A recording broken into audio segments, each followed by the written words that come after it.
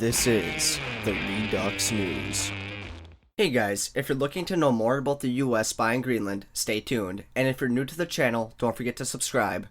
Now, Trump is planning on buying Greenland from Denmark. He talks about it in meetings, at dinners, and in passing conversations. But President Donald Trump has asked advisors whether the US can acquire Greenland. Now, the advisors listened with interest when they discussed its abundant resources and geopolitical importance, and according to two of the people, has asked his White House counsel to look into the idea.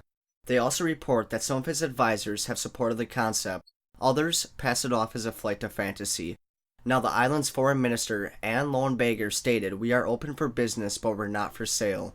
Now, if the US wants to acquire it legally at least, you need to convince Greenlanders to want to join the United States, not buy it from the government in Copenhagen. Now, Trump wasn't the first person to think of buying Greenland, and probably won't be the last.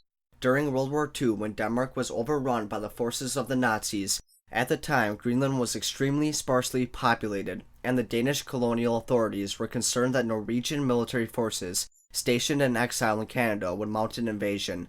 Instead, they invited the United States to intervene, which it did in a light way, with many more American military personnel moving in later once the United States entered the war.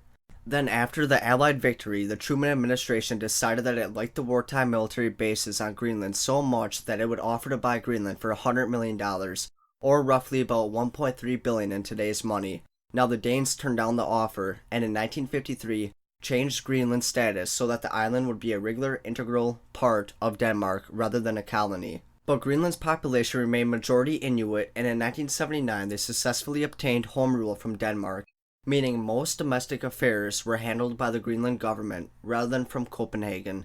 Now, in 2009, Greenland's voters approved the Self-Government Act, a transition plan to have all power except for foreign affairs and defense transferred to Greenland locally.